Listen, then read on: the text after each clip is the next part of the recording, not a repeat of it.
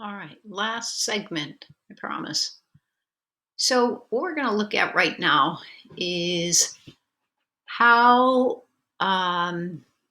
the concentration of the ions in the solution of the cell, how the concentration of the ions affects the delta G, affects the free energy, and in turn affects the EMF or the cell potential.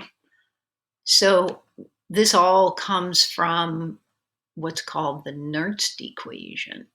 So let's just remember that this Q value and what this Q value actually means. So the Q value means it's that reaction quotient from the equilibrium chapter, which is the point in the reaction that's not at equilibrium. It's at some other moment at equilibrium. So what we're going to do then is we're going to say delta G is equal to delta G naught. So this would be at the standard conditions. So you would consider the standard conditions. And then in addition to that, you would include the term RT, natural logarithm of Q, which is that products over reactants relationship at some random point in the reaction or whatever ion concentration is given.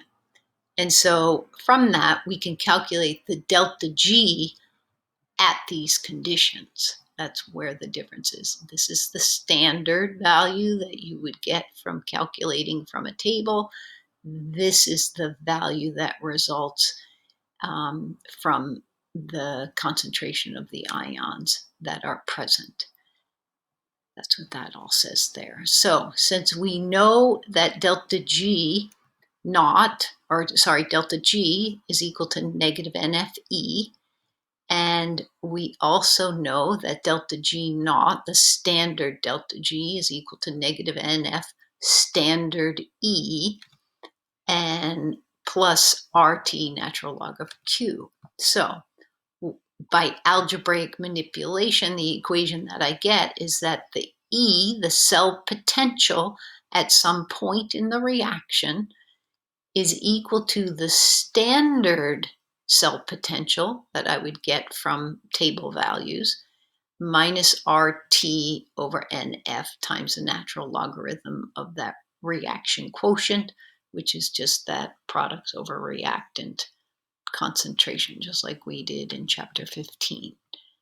So if I do a little bit of manipulation to come up with kind of the standard format of this equation, it would be that E is equal to E naught minus 2.303 RT over NF log base 10 of Q. Both forms of the equation are acceptable.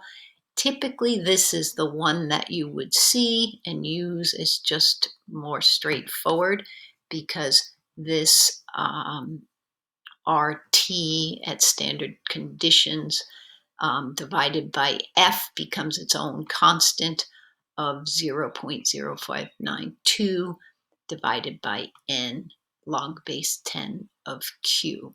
So this just really breaks down this equation.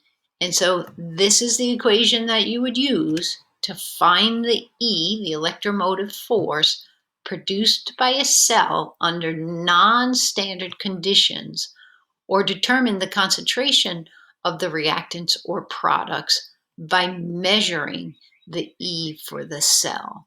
So you could determine this because remember what it would look like would be something like this.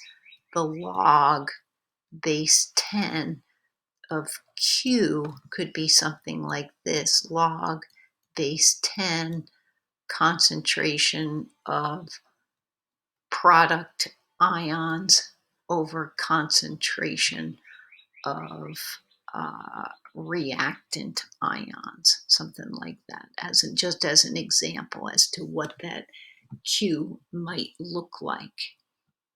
And there's one more page. So this gives us a little example to apply it. And so let's say I take this reaction that we've seen before, and I want to find the electromotive force under the conditions that the conditions for the concentration of these two ions. I would calculate the standard cell potential, the E naught, minus that constant over 2, which is the number of moles of electrons that would pass here, and then times the log of the products, which is the Zn positive over the Cu, Zn positive 2 over the Cu positive 2.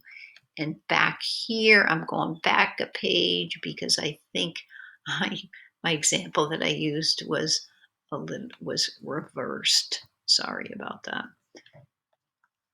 Okay, so now I'm going to show you, for instance, what happens if this is the concentration of the zinc versus the concentration of the copper, and in terms of the concentration of those ions in terms of mole per liter molarity. So what would happen? So a typical question might be, what would happen to the electromotive force if I increase the concentration of the Cu ion? So let's say my Cu ion goes from 5 to 6, and my zinc ion decreases from 0.05 to 0.04. So what I know in this scenario, that my electromotive force, my E, my cell potential is 1.16, but then when I change these values, I end up with an electromotive force of 1.1645. So what happened to the electromotive force as I increase the copper ions but decrease the zinc ions? Then it increased, only a small amount, but it did in fact increase. So as the Q increases, your electromotive force decreases, and vice versa, as in our example, as Q decreases, your electromotive force increases. And that would be a good rule of thumb to follow. Eventually, your E naught would equal 0, and if that were the case, then your delta G would equal 0. And then when delta G is equal to 0, your system is completely in equilibrium. And then if your E naught is 0, or sorry, your E is 0, then there's no net reaction.